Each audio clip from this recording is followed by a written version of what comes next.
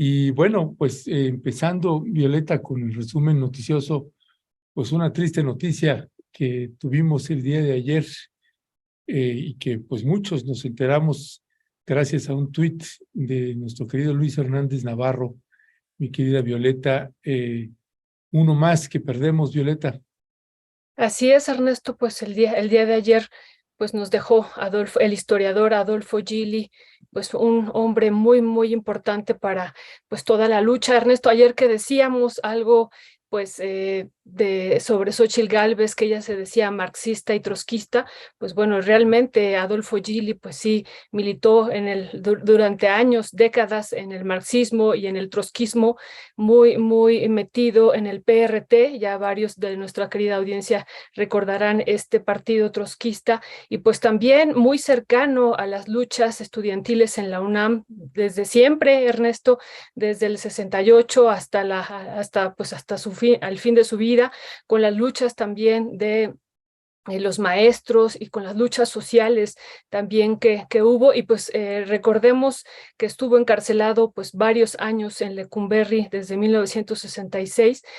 Y bueno, Ernesto, algo muy, muy importante es su libro de la Revolución Interrumpida que estamos viendo aquí en pantalla, y otros libros que nos parecen también muy, muy importante recordar, por ejemplo, este de los tiempos del despojo, que hoy decía el presidente, bueno, pues se hicieron pocos análisis sobre esta fase neoliberal y el despojo que hubo en nuestra nación, y uno de ellos fue el que hizo con Rina Rux, que nos parece también muy, muy importante de todo este proceso de enajenación de los bienes comunes que vivimos en nuestra nación. Ellos documentaron, me parece, muy ampliamente, tanto, insisto, Adolfo Gili como Rina Rux, pues todo el despojo que estábamos viviendo en esta fase neoliberal, Ernesto. Y bueno, otros textos a mí me parece también muy, muy importante. Además, insistimos, de la Revolución Interrumpida y este libro de los tiempos del despojo.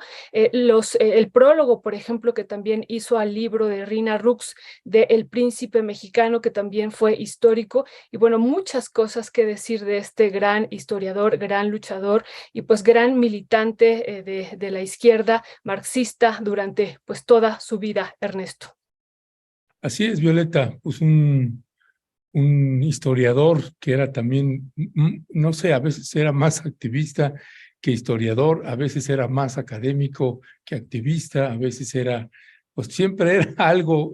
Adolfo Gili tenía esta faceta, Violeta, que se involucraba, un tipo comprometido con los pueblos indígenas, con las causas sociales de los sectores más vulnerables del país. El siglo del relámpago, también este recuento histórico que hace de las luchas y del siglo XX también, un libro que también se recuerda mucho. En fin, desde todos los sectores, Violeta, además, pues lo mencionaron. Pues recordemos esta imagen precisamente que veíamos también con el subcomandante Marcos, muy cercano también a la lucha zapatista. Después hubo por ahí una especie de distanciamiento y pues el propio presidente Andrés Manuel López Obrador también lo reconoció, también lo recordó en sus luchas, y aquí con el movimiento zapatista, pues claro que se le recuerda entrañablemente. Así que, Violeta, pues también se fue don Pablo González Casanova, Luis Villoro, en fin, que toda una camada de intelectuales, gente muy comprometida, intelectuales de izquierda, de abajo, pues que estaban siempre muy, muy comprometidos con las luchas, se involucraban, no apoyaban las luchas, sino formaban parte de ellas. Y este fue el caso de Adolfo Gili, Violeta, que pues bueno, pues ahora sí que, como decimos por ahí, hasta siempre, don Adolfo, hasta siempre, don Adolfo Gili, Violeta. Así es, y también pues otro momento histórico que hay que recordar pues fue su apoyo, su gran apoyo al lado de Cuauhtémoc Cárdenas desde el Frente Democrático Nacional, Ernesto. Y bueno, pues ese también fue otro momento histórico de Adolfo Gili, y bueno, muchos, muchos otros, pero que también marcaron un antes y un después en este país, y él estuvo ahí pues muy, muy cercano al Frente Democrático Nacional y a Cuauhtémoc Cárdenas también. Ese es otro de los momentos que hay que recordar, Ernesto. Así es, Violeta. Y también pues le comento que el día de ayer y que pues le tocó ahora estar en la conducción a Violeta Núñez. Bueno, pues ayer tuvimos una entrevista con el jefe de gobierno, Martí Batres y Guadarrama, el actual jefe de gobierno que entró a suceder a Claudia Sheinbaum, quien se fue pues para hacer esta pre-campaña electoral para ver si es elegida ella como candidata a la presidencia de la República por el partido Morena. Así que más adelante le vamos a pasar la entrevista. No fue tampoco una entrevista larga, tampoco corta, como dice el clásico, sino todo lo contrario. Pero vamos a pasarle unos fragmentitos de lo que le espera, lo que usted va a escuchar en esta interesante y reveladora entrevista con el actual jefe de gobierno de la Ciudad de México, Martí Batres. Vamos a ver este breve resumen.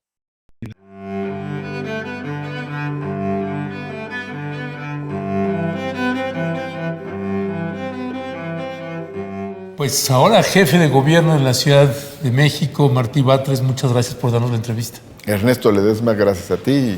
Como siempre, hasta donde el tiempo nos permita. ¿Cómo es la estrategia de seguridad? Hay 4 puntos, 4 puntos en materia de seguridad que son... ¿Cuál es la filosofía del gobierno de la Ciudad de México, de tu gobierno ahora frente a protestas que tienen? Varía cada caso, varía. Por ejemplo. Te pondría, bueno, en el caso de los microbuses... La regla es que si hay un bloqueo, lo quitan. Pero ese es otro tema.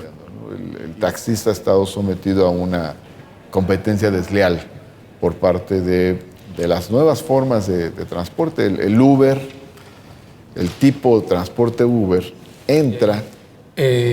¿Cuál es el posicionamiento con respecto a una empresa como Airbnb? Te acaba de visitar recientemente Ricardo Monreal, donde pues en todo el trabajo periodístico que hemos hecho, pues sabemos que no había una buena relación. Y ahora de pronto apareció acá Ricardo Monreal y hay un rumor muy fuerte que es posiblemente el próximo candidato de Morena para la jefatura de la Ciudad de México. ¿Cuál es tu mirada frente a eso? Lo que se publicó es que pues querían hablar del progreso de la Cuarta Transformación, cosa que pues claro que todos los que leemos eso hablaron de la Cuarta Transformación, pues difícil de creer que solamente hablaron de eso. ¿Cuáles fueron los temas? Tienen ustedes 7 alcaldías y la oposición tiene 9 alcaldías. En la última elección, 2021, se perdieron 6. ¿Qué están haciendo ustedes y cómo están previendo este proceso electoral de 2024 para recuperar esas alcaldías perdidas? ¿A dónde va Martí Batres cuando termine la jefatura de gobierno?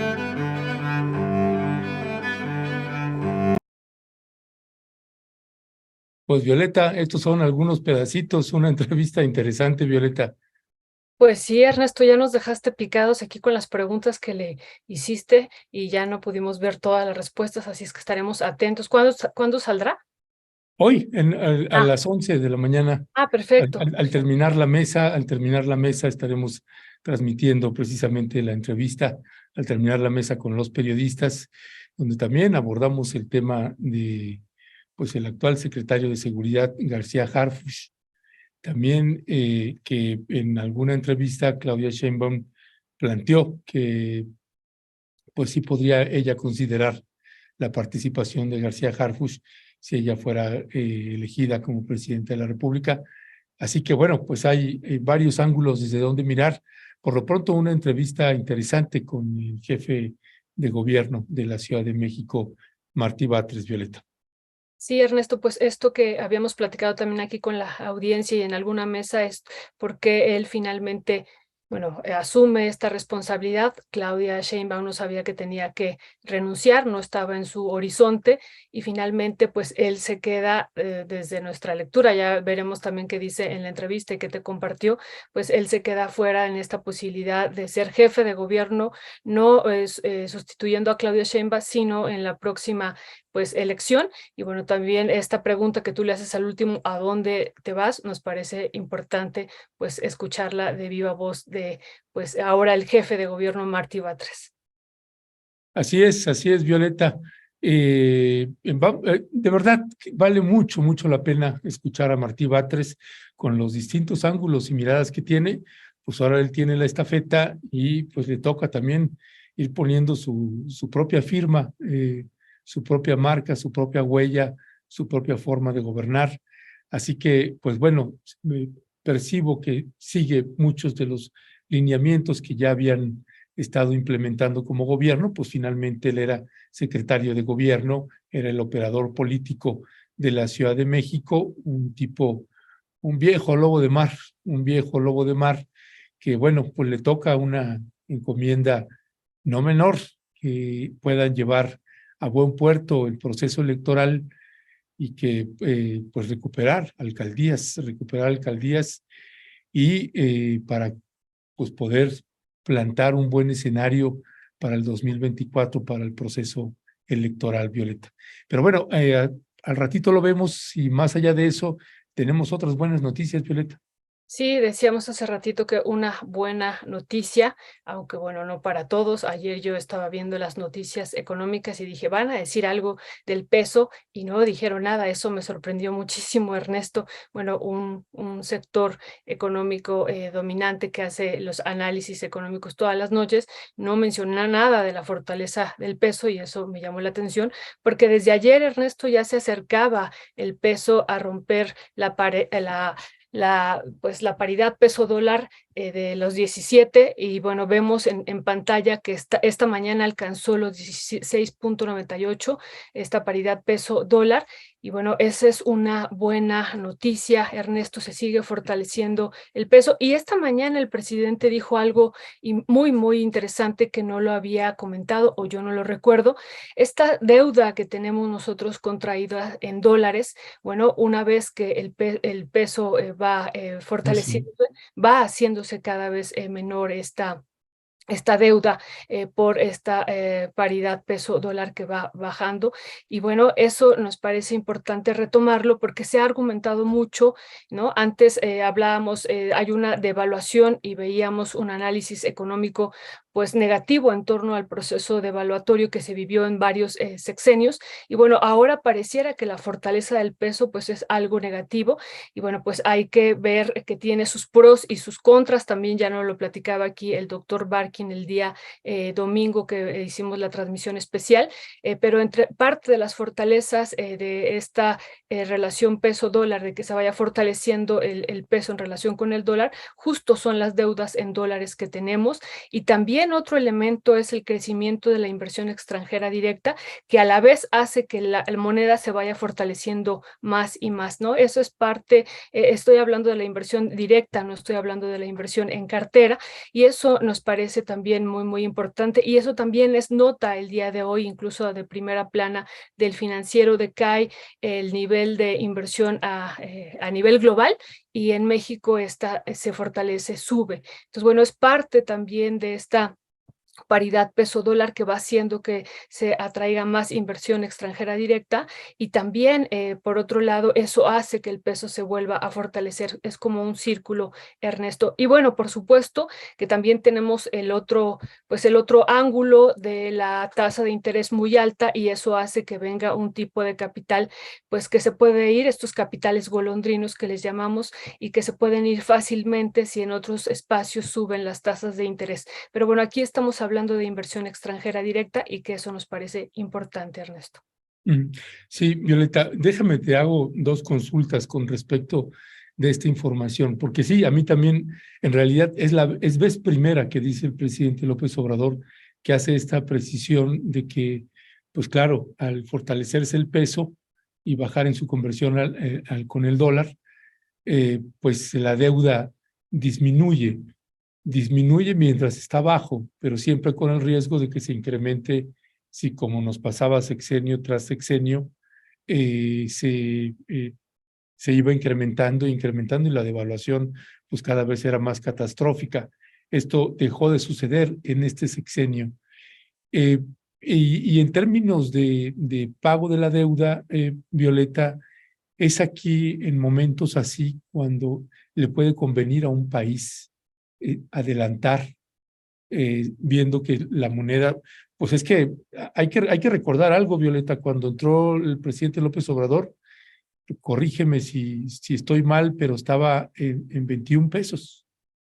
Sí, llegamos a 21 pesos, ¿no? Y llegamos con el COVID, llegamos creo que a 24, no me recuerdo bien por ahí, ya me recordarás tú. Pero pues caray, de 21 a 16, pues o 17, pues es verdadero, 16.98, pues es verdaderamente impresionante esta parte, pero en términos de modelo económico, de conveniencia económica, ¿qué es lo que se sugiere en estos casos, Violeta? Bueno, como decía Ernesto, hay varias lecturas, pero una muy importante, insisto, es la que hizo el presidente de esto, de al fortalecerse el peso, nos bajan las deudas que se han contraído en dólares. Pero hay otro elemento muy importante, también todas las importaciones que hacemos se hacen en dólares, Ernesto. Y entonces eso también en ese sector de importaciones nos conviene que el peso se fortalezca, que el dólar esté más barato, porque las importaciones que hacemos pues nos salen más baratas hacerlas en este momento. Pero bueno, también está la otra parte que decimos, pues las remesas que envían los mexicanos que están en varias partes del mundo, y bueno, en particular en Estados Unidos, pues bueno, al hacer la conversión ya con el tipo de cambio como está ahorita, pues ya son menos pesos por dólar, ¿no? Esa es una situación pues que no es una ventaja. Y la otra, la parte de las exportaciones, que también, ¿no? Las exportaciones que también pues se recibe menos ingresos en pesos ya, porque pues está fortalecido una vez que se hacen estas exportaciones hacia el resto del mundo y hacia Estados Unidos en particular, Ernesto, que es nuestro principal socio comercial. Entonces tiene sus pros y contras, pero en términos, hablando ya de decisiones políticas y de política económica, por supuesto que para una nación es mejor que tenga un peso fortalecido, porque insisto, eso hace que atraiga inversión extranjera directa o inversión directa no en cartera, y eso va haciendo que se vaya fortaleciendo también el peso.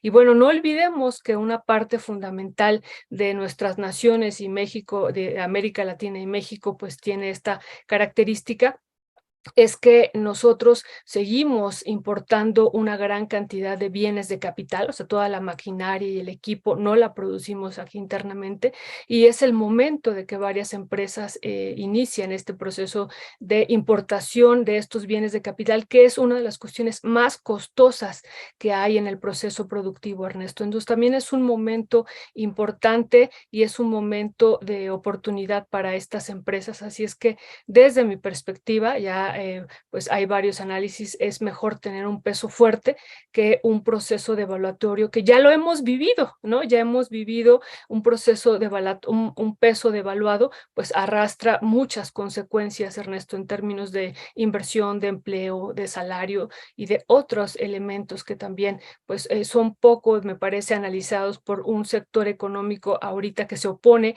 a que el peso se fortalezca, Ernesto. Eso es lo que te quería comentar y por eso, digamos que mañosamente te hacía la pregunta, Violeta, porque ese es el discurso que he estado escuchando en los noticiarios del Financiero o algunos comentaristas de Milenio.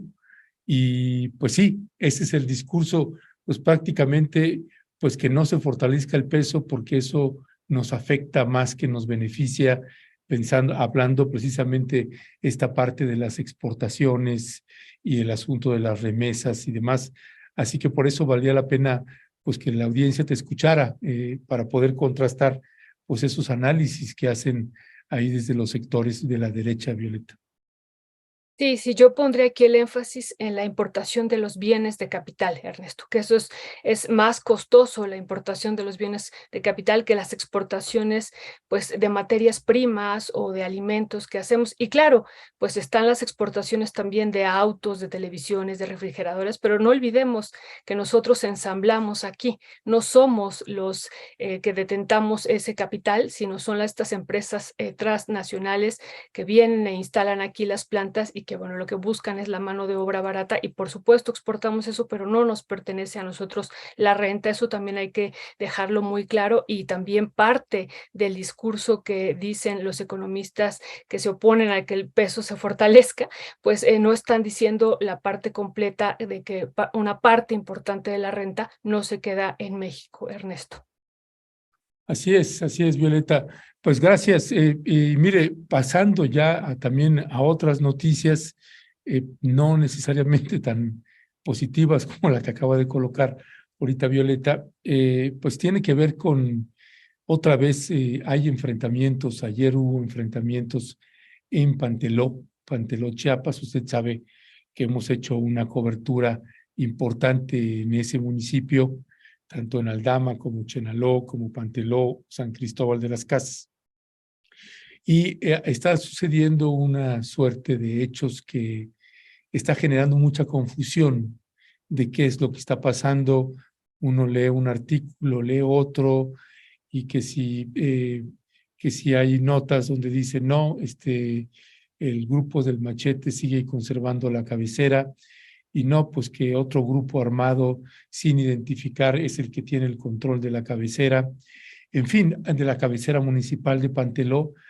Ayer circularon 2 videos que se los vamos a pasar porque nos va a permitir explicarle pues qué demonios está pasando en la zona altos del estado de Chiapas, y es gravísimo lo que está sucediendo en Panteló, como gravísimo es nuevamente la inacción, la desaparición total pues del gobernador, de las obligaciones que tiene el gobernador Rutilio Escandón Cadenas. Mire, este es un primer video y ahorita le vamos a pasar el segundo y le voy explicando por partes de qué va. Gentes que andan desaparecidos, no 21 señores, más de 31 gentes, aparte los homicidios que se han cometido en los alrededores.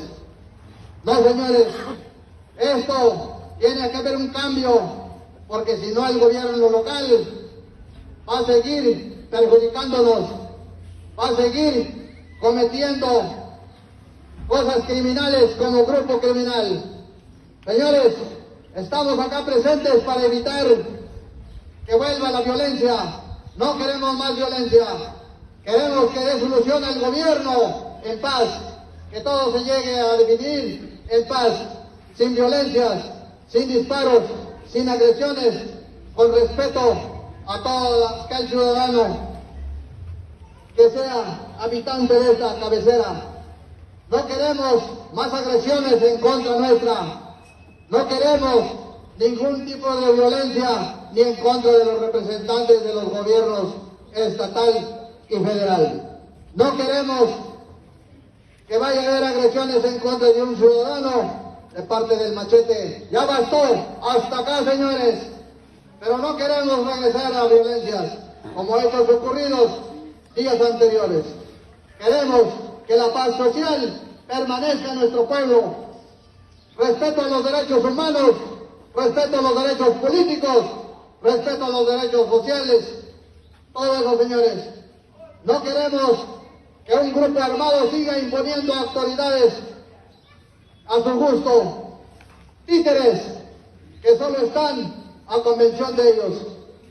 No, señores. Yo pertenezco a la organización autónoma, pero no estoy acá para que me den un puesto. No, señores. Estamos para animar el pueblo. Estoy representándoles porque fui agredido como ciudadano cuando yo me encontraba en mi trabajo. Ustedes son testigos que yo he vivido trabajando honestamente y no tengo de qué avergonzarme. ¿Por qué? Solo por llevar el apellido de enemigos políticos que no querían ver o que no quieren ver políticamente. No, señores, nosotros no le debemos nada a ese grupo armado y por eso estamos aquí dando la cara, con respeto, con dignidad como ciudadanos. ¿Por qué? Porque ya bastó. Gracias, señores. Bueno, este hombre que usted está escuchando se llama José Herrera Abarca.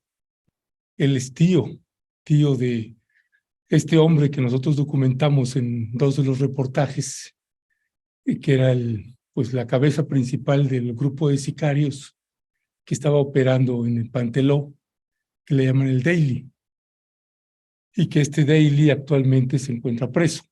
Bueno, pues este grupo, los Herrera, que tuvieron asolado Panteló durante pues casi 10 años, 10 o 15 años lo tuvieron asolado, pues regresaron y retomaron el control de Panteló. Este es otro video de este mismo grupo enviando el siguiente mensaje.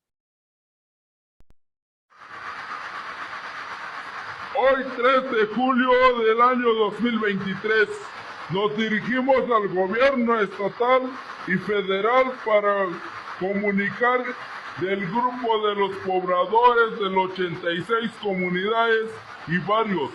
Hemos tomado el municipio de Panteló para poder expulsar al grupo del delincuente del Machete, junto con su consejo municipal Machete, ya que son muchos de los abusos, asesinatos que han hecho.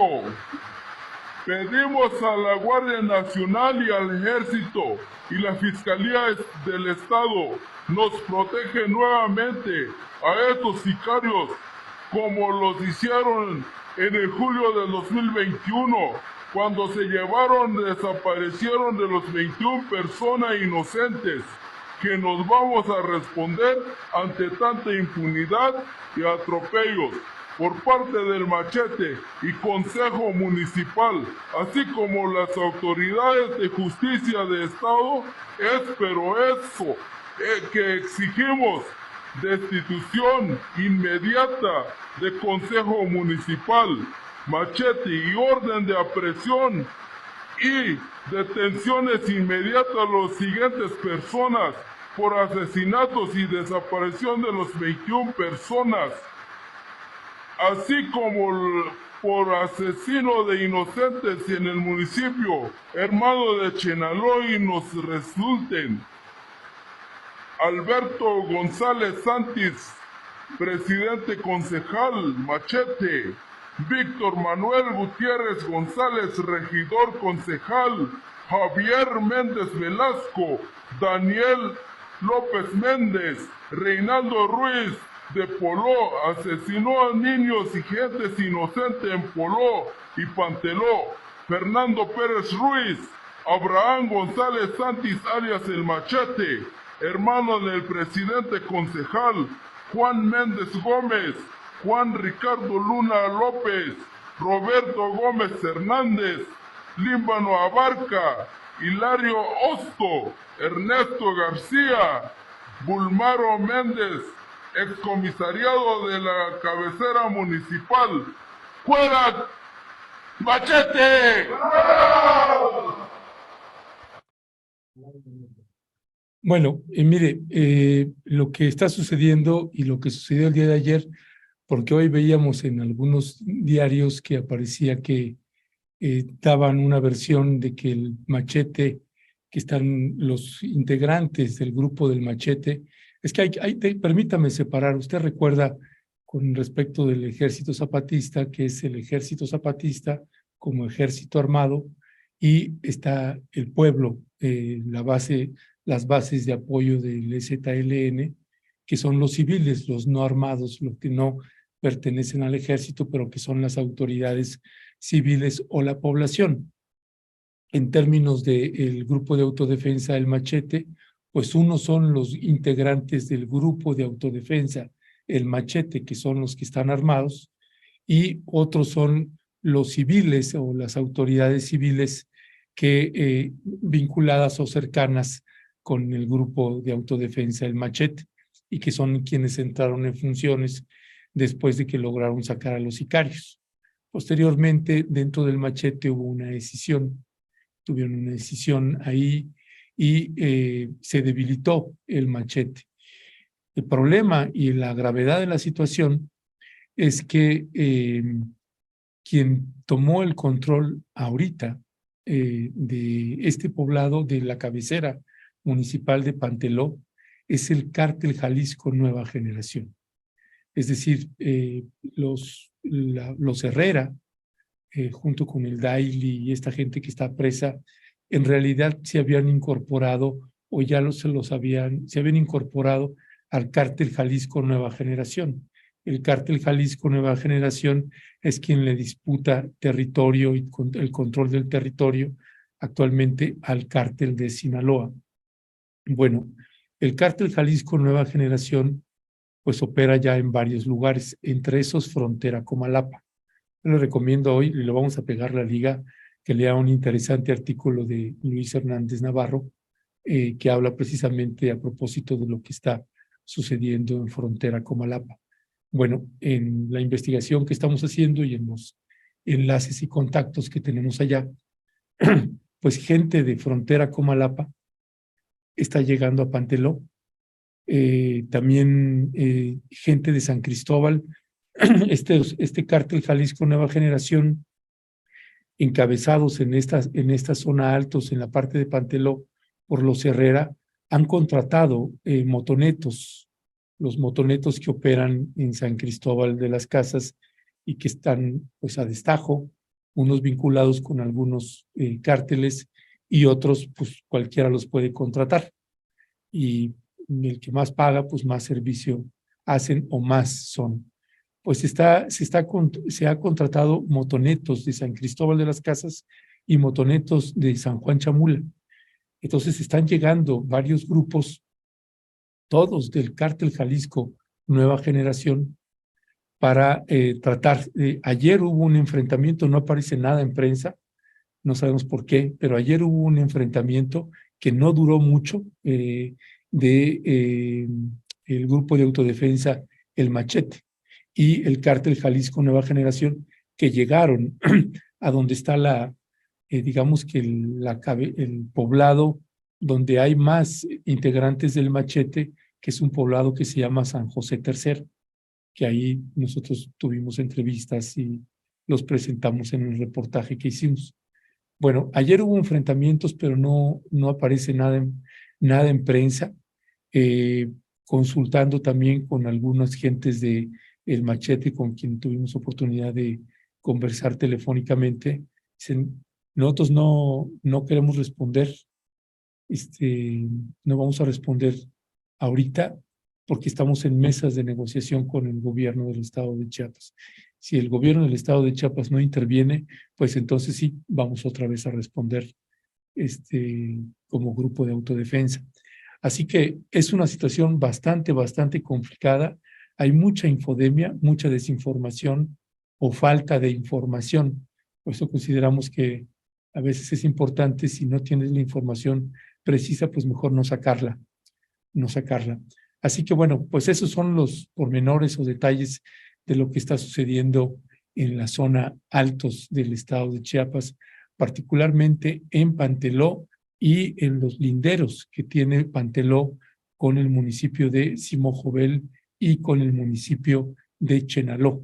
Así que, pues sí, una situación bastante complicada, Violeta. Muy delicada, Ernesto, muchísimo, ¿no?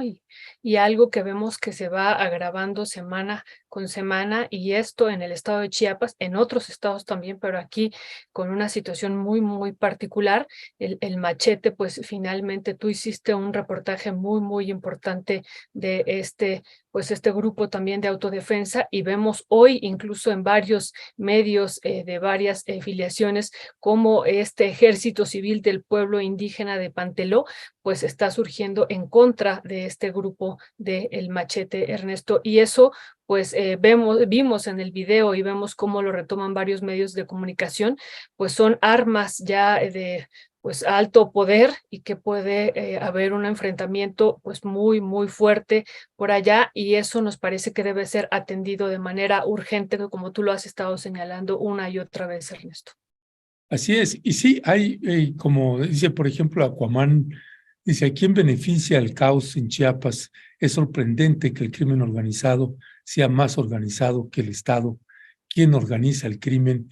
Pues son varios comentarios, Violeta, de gente que pues no se explica, y no nos explicamos varios, por qué esta insistencia de minimizar una situación tan grave como la que se vive en el estado de Chiapas. que bueno, pues le vamos a dar un seguimiento muy, muy puntual. Y aprovecho aquí, Violeta, para ya darle entrada a los colegas periodistas que ya deben estar ahí a la espera. Tenemos un cartel, precisamente tenemos la presentación del informe del Centro de Derechos Humanos Fray Bartolomé de las Casas. Presentan el informe Chiapas, un desastre. Esta presentación pues será en el Tierra Adentro este viernes, pasado mañana. Pasado mañana tendremos la presentación del informe en el Tierra Adentro a las 7:30. Están cordialmente invitados. Ahí están los teléfonos para hacer reservaciones. Pues nos acompañará precisamente la directora Lilia Roblero, la directora del Fraiba, también Pedro Faro de Incidencia, quien coordina pues el área de incidencia internacional del Fraiba, y recién él acaba de salir precisamente de la dirección del Fraiba, le entregó la estafeta a Dora y ahora están en incidencia internacional. Y también estará Víctor Hugo López Rodríguez, quien también hace unos años fue director del Fraiba y ahora es el secretario ejecutivo de la red Todos los Derechos para Todos. Una actualización para que de verdad vale mucho la pena que usted se entere qué demonios está pasando en el estado de Chiapas, la dimensión de la gravedad, de la urgencia. Ya le hemos dicho en otros momentos, si no lo atienden y siguen minimizando el problema, les va a estallar antes de que termine esta administración, si no es que ya empieza a haber pequeños estallidos. Pero bueno, cordialmente invitados y pues ya me estoy robando un montón de tiempo de la mesa, Violeta. No, pues muy importante lo que va a ocurrir el día viernes en Tierra Adentro, así es que los esperamos de manera presencial o a través de las redes sociales. También ya ayer lo difundíamos, Ernesto. Ahí. Pero las abejas de Acteal están publicando un comunicado a propósito de esto que le explicamos de lo que está sucediendo en Panteló. Y pues hay una preocupación pues bastante importante de las abejas, y que es la que está usted viendo ahí en pantalla, en el marco de la conmemoración de los 2 años del asesinato de nuestro compañero Pedro Simón. Hoy se cumplen 2 años, Violeta, del asesinato de Pedro Simón, que fue que fuimos al estado de Chiapas, hicimos estos reportajes que tienen que ver con el Machete, con este grupo de autodefensa del Machete, y la situación, los testimonios que estuvimos levantando en campo. Pero estaba manifestando una preocupación por la violencia grave en Chiapas, porque vemos a las personas que pueden quedar muertos en donde quiera, como si fueran animales. Es un comunicado que están sacando las abejas, me está llegando apenas hace unos minutos, y que, bueno, pues le están llamando en específico al presidente Andrés Manuel López Obrador, que mencionó en su conferencia en Palacio Nacional, cuando se refirió a las agresiones de los paramilitares contra bases de apoyo del EZLN en la comunidad Moisés Gandhi, que no hay agresión como tal. Este tipo de declaración nos confirman que pues hay una preocupación bastante fuerte. Dicen, nos confirman que sea quien sea el gobierno en el poder, nunca dicen la verdad o no les preocupa la vida de la gente de la que dicen gobernar y servir. No sabemos si se acuerdan, pero a nosotros nunca se nos va a olvidar cuando estaba sucediendo la masacre, el padre Gonzalo Ituarte, quien fuera secretario de la desaparecida Comisión Nacional de Intermediación, se comunicó directamente con el entonces secretario de Gobierno, Homero Tobilla Cristiani, y este funcionario estatal respondió: no está pasando nada, está todo bajo control, hubo unos disparos, pero nada de qué preocuparse. Y por si fuera poco, justo unos días antes de la conmemoración de los 2 años del asesinato de Simón Pedro, ahora en Panteló, en el municipio de como en el municipio de Chenaló, de la misma violencia que arrebató la vida de nuestro compañero, se ha vuelto, más bien dicho, nunca se ha calmado, porque como ya lo dijimos, los gobiernos estatal y federal no les interesa la paz y ahora están ocupados en preparar sus campañas políticas para mantenerse en el poder a costa de la sangre del pueblo mexicano. En fin, son declaraciones fuertes e importantes, y sabemos que quienes simpatizan con la administración del presidente López Obrador pueden no compartirlo, pero créanos, ojalá las autoridades federales intervengan, de las autoridades estatales, ya lo hemos dicho, son parte del problema, y que bueno, si ya se había anunciado, ya sabíamos, y platicando con las comunidades, las organizaciones en Chiapas nos decían, cuando se nombró a Adán Augusto como secretario de Gobernación, decían, pues sí, ya se terminó para nosotros este sexenio, porque pues es el cuñado del gobernador Rutilio Escandón, y no van a decir lo que está pasando aquí. Ya no solo el gobernador, sino desde el gobierno no se va a decir nada, y eso fue precisamente lo que sucedió. La pesadilla para el gobierno, para los pueblos indígenas de Chiapas, y no indígenas también, porque ya alcanzó a la ciudadanía en general, pues se callaron y siguen negando la violencia extrema que se está suscitando en el estado de Chiapas. Es algo verdaderamente alarmante, y luego todavía este señor quiere ser presidente de la República. Es una barbaridad por donde usted le quiera mirar, y ojalá el gobierno del presidente Andrés Manuel López Obrador, la actual secretaria de Gobernación, Luisa María Alcalde, pues intervengan, hagan algo con lo que está sucediendo en el estado de Chiapas. Lo llevamos todo el sexenio señalando la gravedad de lo que sucede, que se iba a ir agudizando, ya se agudizó, y lo volvemos a señalar una vez más, les va a reventar ese estado antes de que termine la administración del presidente Andrés Manuel López Obrador.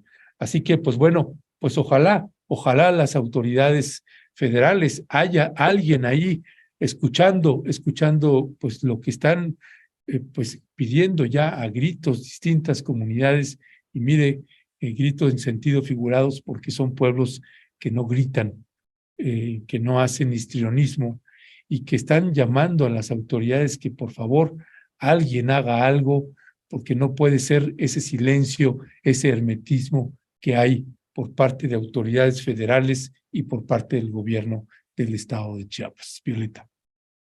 Pues grave, como lo decíamos al principio del programa, Ernesto, grave lo que sucedió hace 2 años allá, ahora con este aniversario de la muerte, que también están señalando las abejas, y gravísimo lo que también pasó el día de ayer en Panteló. Es el cártel Jalisco Nueva Generación. Esa es la contra los machetes. Sí. Contra los machetes, sí. Y eso es lo que preocupa, Violeta, que sea un cártel que aparece públicamente con estos videos que presentábamos. Y fíjate que el otro reporte que nos ha llegado es que ayer, y acaba de llegar hace un ratito, Violeta, es que ayer llegó la Guardia Nacional y llegó el Ejército a Panteló, cuando estaban estos del cártel Jalisco Nueva Generación hablando como si fueran civiles, como si no fueran los sicarios que cometieron pues masacres ahí en el municipio de Panteló. Llegó el Ejército, llegó la Guardia Nacional, y estos cárteles, estos grupos salieron, se quedaron unos en la presidencia municipal, y los que estaban fuertemente armados salieron, y pues simple y llanamente el ejército mexicano los dejó pasar, incluyendo a este este tío del Daily, este hombre que está preso, pues los dejaron pasar, Violeta. Preocupa mucho la situación. Sí, preocupa mucho la situación, y creo que hay que hacer la precisión, Ernesto, porque realmente era a lo que nos referíamos hace rato. Los medios de comunicación, por ejemplo, Latinus, está cabeceando parte de esta noticia. Dice: en Chiapas surge un nuevo grupo de autodefensas como frente a la agrupación de El Machete en Panteló. Ese lo trae Latinus. Y Milenio: surge un nuevo grupo de autodefensas en Chiapas, buscan expulsar a El Machete. Y decíamos hace rato que este este grupo se hace llamar Ejército Civil del Pueblo Indígena de Panteló, y bueno, nos preocupa las imágenes que vimos hace rato, el video, las armas de tal potencia que decíamos puede haber un enfrentamiento de grandes dimensiones por allá, Ernesto. Eso es algo que preocupa. ¿Y cómo se está manejando a nivel de prensa? Que eso también es algo, lo están manejando como un grupo de autodefensa, y bueno, eso es también parte de las notas que están circulando a nivel nacional, Ernesto. Sí, Violeta, precisamente lo que señala Violeta, este video que les pasamos en la mañana, no es un grupo de autodefensa, es el Cártel Jalisco Nueva Generación. Y están llegando elementos del Cártel Jalisco Nueva Generación de frontera Comalapa, de San Cristóbal de las Casas y de San Juan Chamula. Recuerde usted que en San Juan Chamula quien controla y opera es el cártel de Sinaloa, pero se ha empezado a incrustar elementos del Cártel Jalisco Nueva Generación también en San Juan Chamula. Así que pues se agudiza la situación, se agudiza, y si le decimos, si usted ve ahí en Latinus o Milenio, donde usted vea y dice es un grupo de autodefensa, un nuevo grupo de autodefensa, no, es el Cártel Jalisco Nueva Generación, y ojalá las autoridades federales intervengan en este caso, porque en la medida en que pues no hay gobierno en el estado de Chiapas, pues eso cada vez se desborda, Violeta, se desborda, es increíble, y lo he dicho en otros momentos, lo hemos comentado, Violeta, si yo fuera el presidente de la República, ahí está esto precisamente, gracias Leonardo, surge en Chiapas nuevo grupo de autodefensa para enfrentar a la agrupación El Machete. Entonces fíjese, por ejemplo, ese cabeceo, ¿no? O sea, el grupo de autodefensa El Machete ya no le llamó Latinus Grupo de Autodefensa, ya le llamó a agrupación, y al Cártel Jalisco Nueva Generación le dice Grupo de Autodefensa para enfrentar a la agrupación El Machete.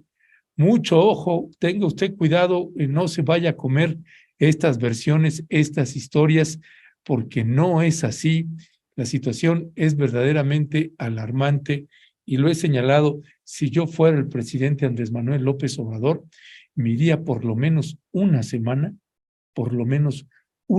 completa, no importa que desde allá hago las mañaneras, pero tendrían que hacer una supervisión muy detallada de lo que está haciendo, de cómo están operando los cárteles, las arterias, desde dónde están pasando las drogas y el tráfico de indocumentados.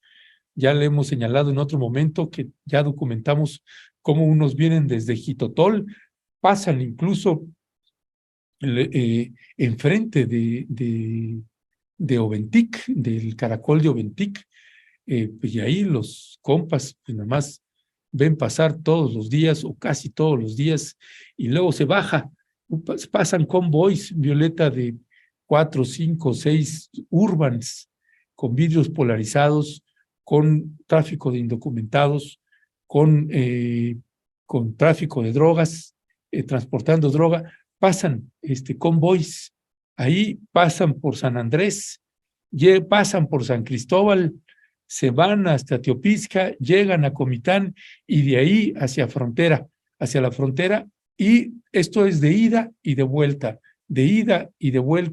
y no hay nadie que haga algo. ¿Me regresas otra vez esa imagen, Leonardo, por favor, que no la vi, perdón? Milenio, surge nuevo grupo de autodefensa en Chiapas, busca expulsar a El Machete, y cometen otra vez el mismo problema. Se difundió información acerca de la conformación de un nuevo grupo de autodefensa en el municipio.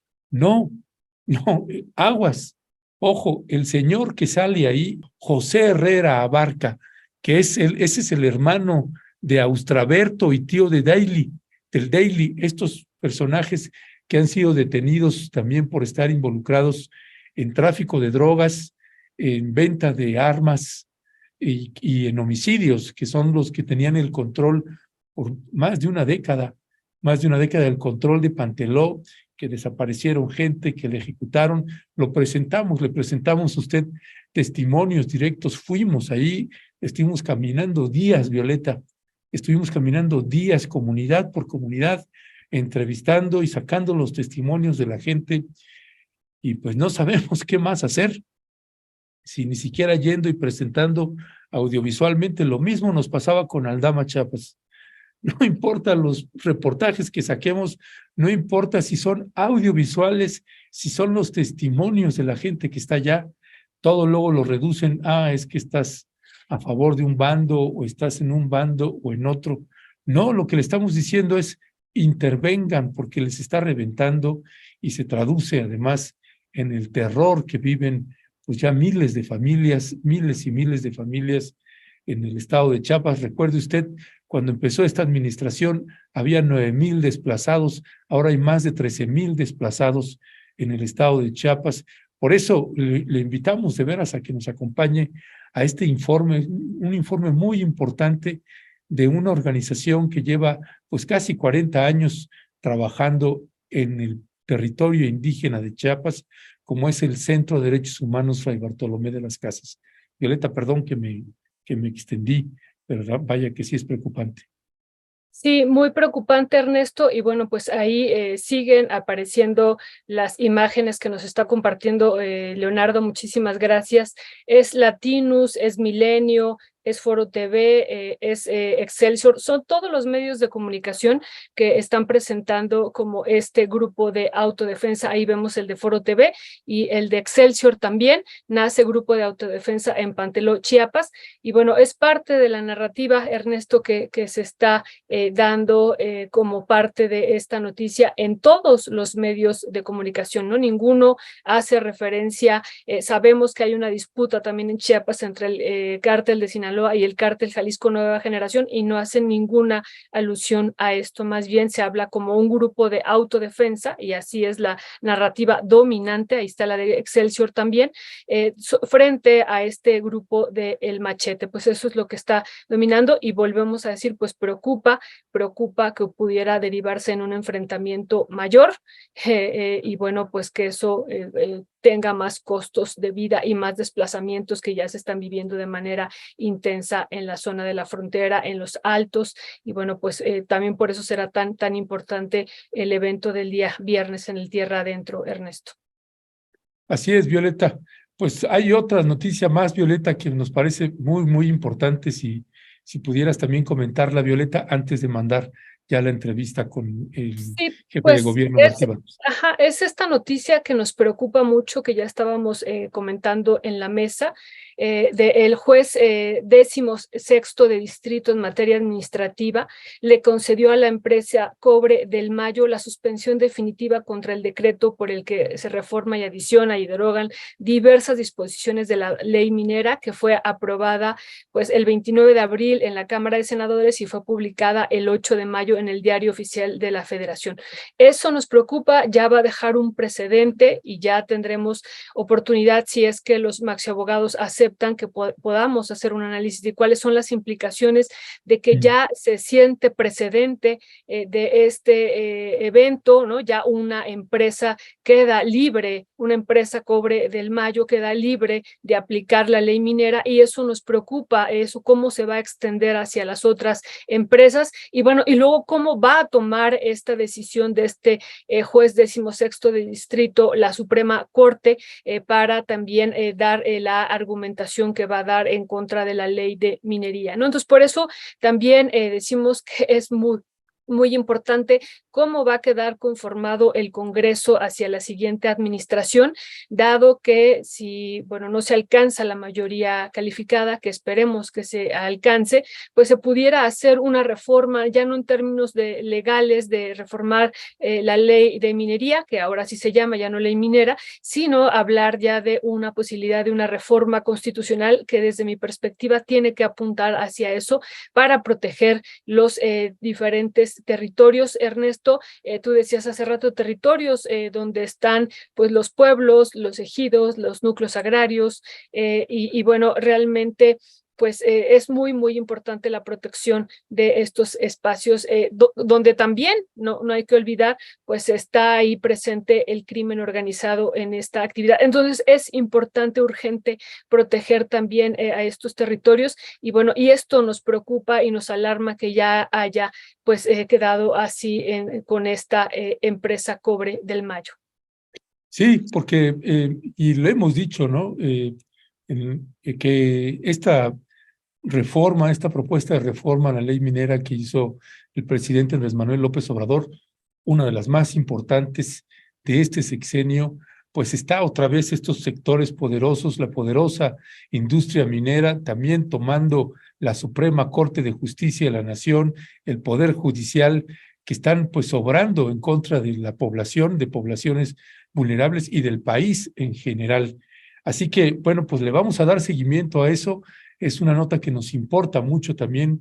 Por eso, pues gracias ahí, Violeta, por estarnos colocando estos temas y que no se pierda de vista y que puedan tener la dimensión que tienen.